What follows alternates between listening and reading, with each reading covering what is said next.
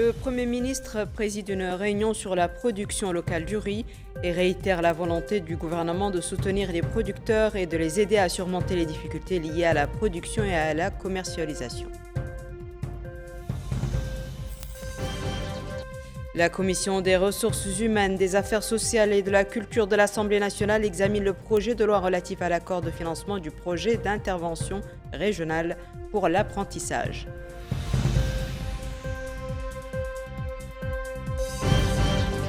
L'Association des maires de Dakhlet Nouadhibou organise une cérémonie en l'honneur de l'ancien wali de la wilaya à l'occasion de son départ à la retraite.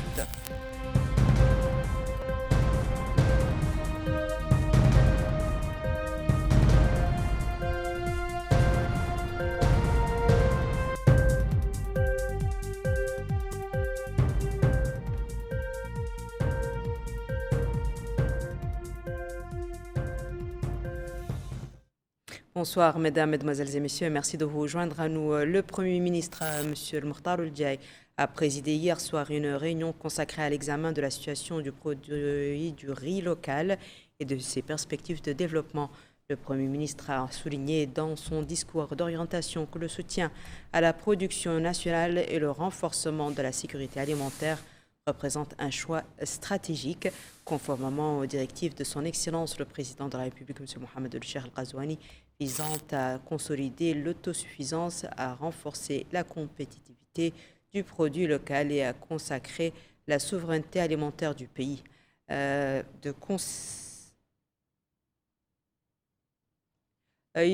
a appelé les producteurs et les fabricants à redoubler d'efforts pour améliorer les performances et augmenter les niveaux de production afin d'assurer la disponibilité du riz en quantité, en qualité et sa commercialisation dans des conditions compétitives, tout en maintenant l'équilibre entre le pouvoir d'achat du citoyen et l'intérêt du producteur et en œuvrant à ouvrir des perspectives d'accès aux marchés régionaux et internationaux. Il a également réitéré la volonté du gouvernement d'accompagner les producteurs et de les soutenir pour surmonter les diverses contraintes liées à la production et à la commercialisation, selon une approche sérieuse et objective qui garantit la stabilité de l'approvisionnement, encourage le recours à la main-d'œuvre nationale et renforce le partenariat avec le secteur privé national. À la fin de la réunion, Son Excellence le Premier ministre a ordonné la formation d'un comité technique multisectoriel avec la participation de la Fédération de l'agriculture, chargé d'élaborer un plan d'action clair pour définir les contours d'une stratégie agricole à long terme basée sur la fixation de prix stables pour le produit révisé périodiquement, la mobilisation des expertises nécessaires pour l'étude de la nature des sols, la mobilisation des expertises spécialisées dans l'amélioration des semences pour augmenter la productivité, la fourniture des moyens nécessaires aux aménagements agricoles, l'élaboration de propositions concernant l'accès à l'électricité selon les priorités convenues, le désenclavement des zones agricoles selon les priorités. Son Excellence a affirmé que les hautes autorités sont déterminées à soutenir et à développer le produit local et à aplanir tous les obstacles qui l'entravent.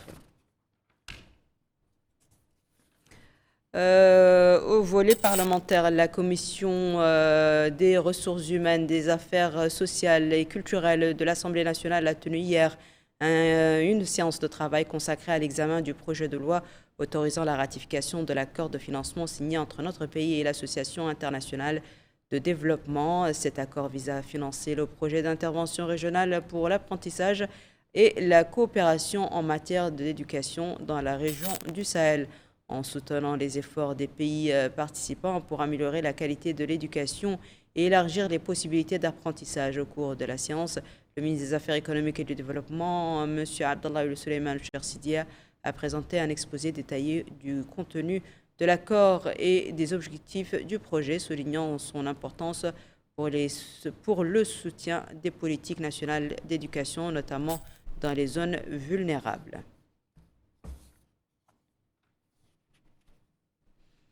Le ministre de la Culture, des Arts, de la Communication et des Relations avec le Parlement, porte-parole du gouvernement, M. Hussein Meddou, et son collègue des Affaires économiques et du Développement ont commenté hier les résultats du Conseil des ministres Monsieur Abdallah Suleiman Cher Sidi a passé en revue les différents projets de loi examinés au cours du Conseil des ministres, tandis que le ministre de la Culture est revenu sur le bilan de la dernière édition du Festival de Ouadane. Fatima Tadé nous fait l'économie des interventions des deux ministres. Le porte-parole du gouvernement revient d'abord sur le festival de Ouadane. Selon lui, cette édition exceptionnelle, il annonce que l'UNESCO présente sur place a décidé de créer une route des caravanes reliant les anciennes villes du pays à l'image de la route de la soie. Il a souligné également des résultats concrets sur le terrain, installation du complexe Tazour, lancement de projets générateurs de revenus, création d'une cité du patrimoine et ouverture d'une station de radio locale dédiée à Ouadane. Le ministre met aussi en avant l'allocution d'ouverture du président de la République qui a réaffirmé les valeurs de citoyenneté et de justice sociale et l'appui financier de 30 millions de guillas accordés aux exposants privés du festival. Quant au ministre des Affaires économiques et du Développement, Abdellahi Ould Suleiman et Ould Cher Sidia a mis l'accent sur plusieurs projets de financement examinés en conseil. D'abord, plus d'1 milliard de guillas pour renforcer le stockage et le pompage de l'eau à Nouakchott avec la construction d'un réservoir à Riyad et de nouvelles conduites afin d'améliorer l'accès à l'eau potable d'ici 2030. Ajoutons que 2,6 milliards de guillas est destiné pour la réalisation des axes routiers Tintan, Huile et Erkis-Tekan, visant à améliorer la connectivité nationale.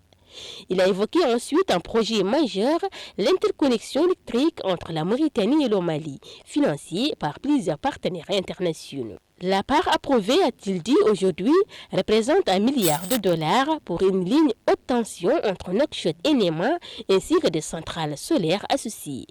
En fait, le ministre confirme deux appuis budgétaires directs, 2,2 milliards de guillas de l'Association internationale de développement, 30 millions de dollars du fonds de l'OPEP.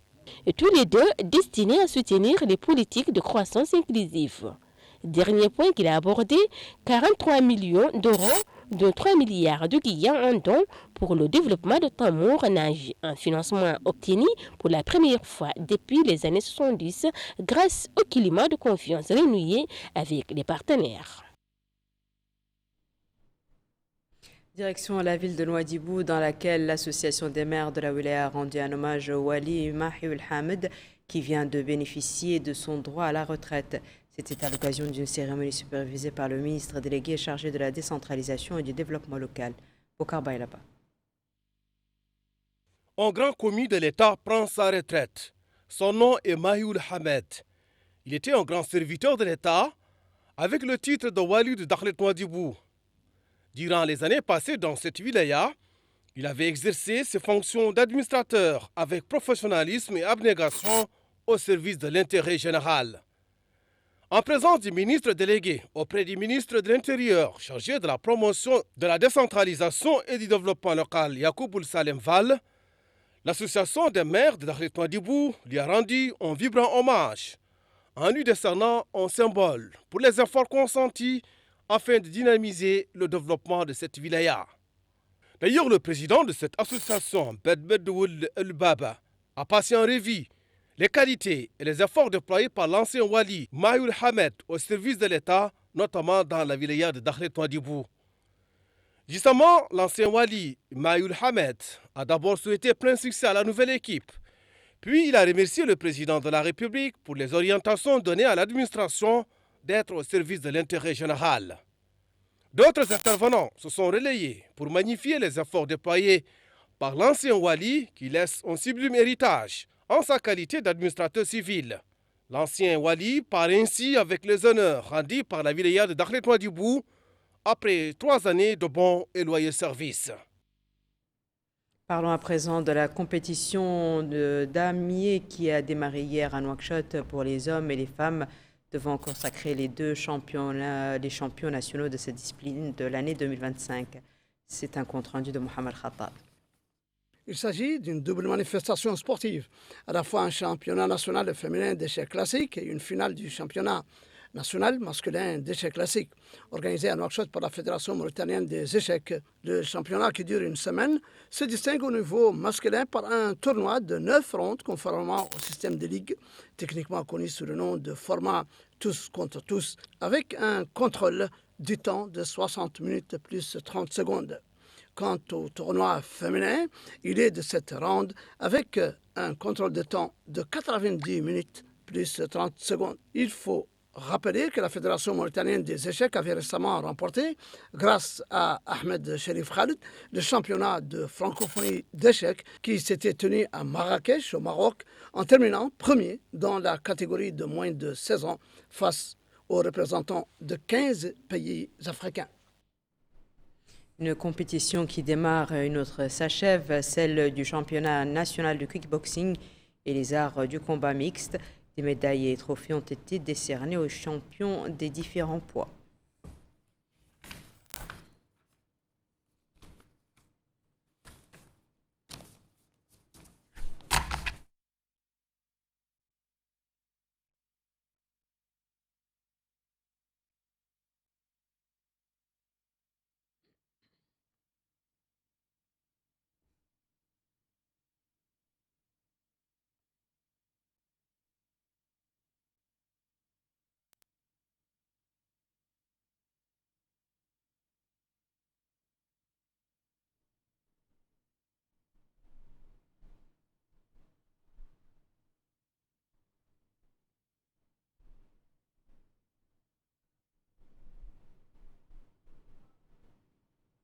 Voici à présent, mesdames et messieurs, le rappel des titres.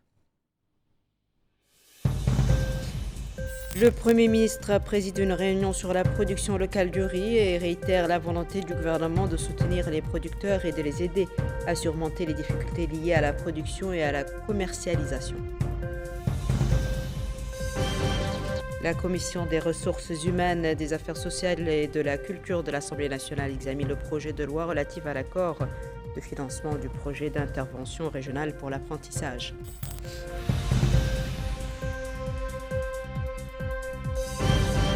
L'Association des maires de Dakhlet Nouadhibou organise une cérémonie en l'honneur de l'ancien wali de la wilaya à l'occasion de son départ à la retraite.